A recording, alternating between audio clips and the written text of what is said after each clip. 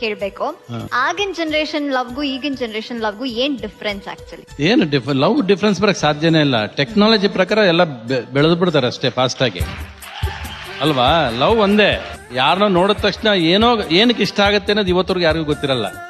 ಒಂದು ಕ್ಯಾರೆಕ್ಟರ್ ನೋಡಿ ಇಷ್ಟಪಟ್ಬಿಡ್ತಾರೆ, ಒಂದು ಗುಣ ನೋಡಿ ಇಷ್ಟಪಡ್ತಾರೆ, ಇಲ್ಲ ಯಾವ್ದೋ ಒಂದು ಹುಡುಗಿ ಕಾರಣ ಇಲ್ಲದೆ ಇಷ್ಟಪಡ್ತೀವಿ, ಅದು ಏನಕ್ಕೆ ಅನ್ನೋದು ಗೊತ್ತಿರಲ್ಲ.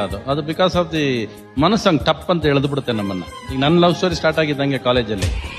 ಓಕೆ, ನಾನು ಕಾಲೇಜ್ ಒಳಗೆ ಬೈಕ್ ತಗೊಂಡು ಎಂಟರ್ ಆಗ್ಬೇಕಾದ್ರೆ ಒಂದು ಹುಡುಗಿ ಅಲ್ಲೆಲ್ಲ ನಿಂತಿರೋ ಹುಡುಗಿ ಹಿಂಗೆ ತಿರುಗ್ತಾಳೆ ಅಷ್ಟೇ. ಅದಷ್ಟಕ್ಕೆ ಲವ್ ಸ್ಟೋರಿ ಸ್ಟಾರ್ಟ್ ಆಗೋಯ್ತು ನಂದು.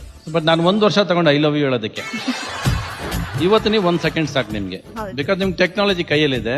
ಒಂದು ಮೆಸೇಜ್ ಹೊಟ್ಟೋಗುತ್ತೆ, ಮೆಸೇಜ್ ಹೋದ ತಕ್ಷಣ ಅಲ್ಲಿಂದ ಇನ್ನೊಂದು ಮೆಸೇಜ್ ಅಲ್ಲಿ ಫಸ್ಟ್ ಗುಡ್ ಮಾರ್ನಿಂಗ್ ಕಳಿಸ್ತೀರಾ, ಸೆಕೆಂಡ್ ಗುಡ್ ಮಾರ್ನಿಂಗ್ ಡಿಯರ್ ಕಳಿಸ್ತೀರಾ, ಅಲ್ಲಿಂದ ಒಂದು ಆರ್ಟ್ ಬರುತ್ತೆ, ಅಲ್ಲಿಂದ ಹಿಂಗ್ ಬರುತ್ತೆ, ಆಮೇಲೆ ಹಿಂಗ್ ಬರುತ್ತೆ, ಆಮೇಲೆ ಹಿಂಗ್ ಬರುತ್ತೆ, ಆಮೇಲೆ ನಾನು ಹೇಳೋದೇ ಬೇಕಾಗಿಲ್ಲ, ಎಲ್ಲ ಮುಗ್ದೇ ಹೋಗಿರುತ್ತೆ.